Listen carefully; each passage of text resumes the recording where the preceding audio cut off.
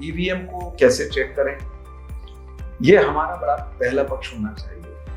फिर उसके बाद में उसको जो सील बंद करके जो मतदान आरंभ होता है, इसको संक्षिप्त में ये भी इस पर जरूर बात बताएं, क्योंकि कई बार लोगों को इसकी जानकारी न होने से बाद में पूरे दिन शंका में बीता है कि मालूम नहीं, मैंने ये ईवीएम गड़बड़ तो नहीं है, इसके अंदर मैंने आया नहीं, मैं लेट हो गया, तो उसका कारण है और इसकी वजह से शायद अब मेरे बूथ का मतदान प्रभावित होगा।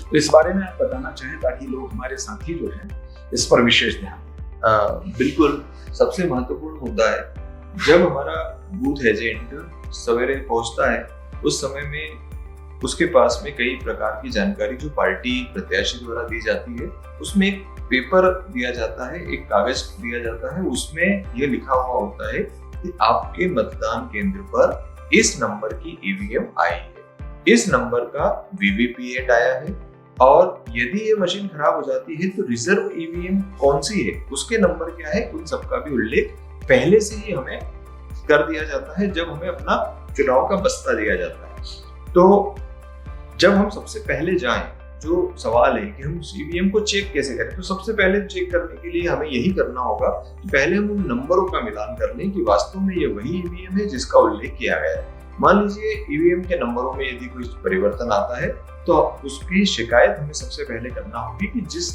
ईवीएम के बारे में जानकारी दी गई थी ये ईवीएम नहीं आई। तब हमें जो शुरुआत है सबसे पहले ईवीएम के नंबरों से करना चाहिए। उसके बाद में ईवीएम के लिए पीठासीन अधिकारी और मतदान दल मॉक पोल का आयोजन कराता है। मॉक पोल क्या होता है हम सभी जानते हैं।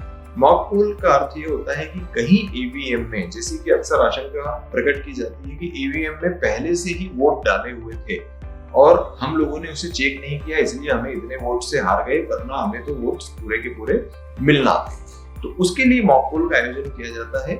उस मॉक पोल में हर पीठासीन अधिकारी से लेकर हर पार्टी के राजनीतिक दलों के प्रतिनिधि, नियम 50 वोटों का है, 50 वोटों तक आप मॉक पोल डालकर कर सकते हैं। जब आप उस मॉक पोल को करेंगे तब आपको यह रिजल्ट जब उसका आएगा, जब ईवीएम का बटन दबेगा और उसमें रिजल्ट आएगा, तब आपको ये पता चलेगा कि मैंने यदि 5 वोट अपनी पार्टी को डाले हैं तो उसकी संख्या 5 ही आ रही है। यदि संख्या में अंतर है तो आप उसकी शिकायत कर सकते हैं, उस ईवीएम को चेंज करवा सकते हैं, क्योंकि वो मॉक पोल में गलत नतीजा प्रदर्शित कर रही है। तो मॉक पोल सबसे महत्वपूर्ण यूनिट है। आप लोगों को ये भी ध्यान रखना है कि जब मॉक पोल समाप्त हो जाए हमारा, तब जो पीठासीन अधिकारी है वो उस मशीन को जीरो कर दें, यानी उस मशीन को जीरो यदि उन्होंने नहीं किया है तो ये वह मतदान में रिकॉर्ड हो जाएंगे जो मत मॉक पोल में डाले हैं, इसीलिए उसे जीरो करना बहुत जरूरी है। यह बात मशीन को चेक करते समय हमें सावधानी रखने की है। तो यह मतदान प्रारंभ होने के पहले की 2-3 सबसे प्रमुख सावधानी है।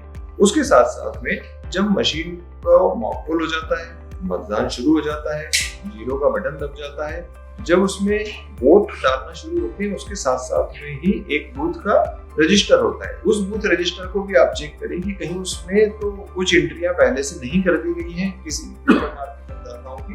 तो यह होने के बाद हमारा मतदान शुरू हो जाता है।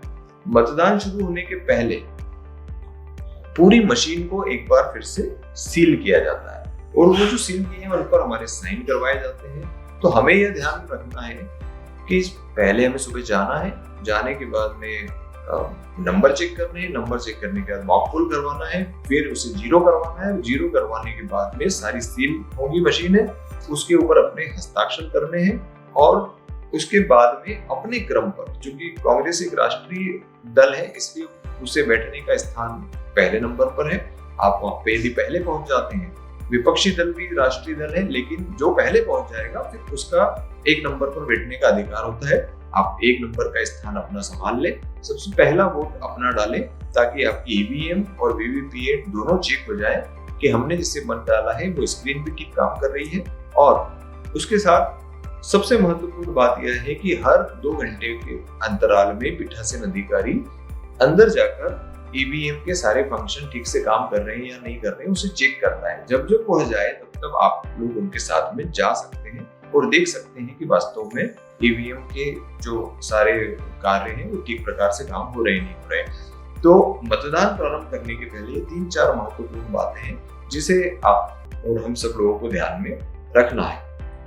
यह मुख्य बातें हैं। सील आप सुबह भी लगा सकते हैं और सील आप शाम को भी लगा सकते हैं।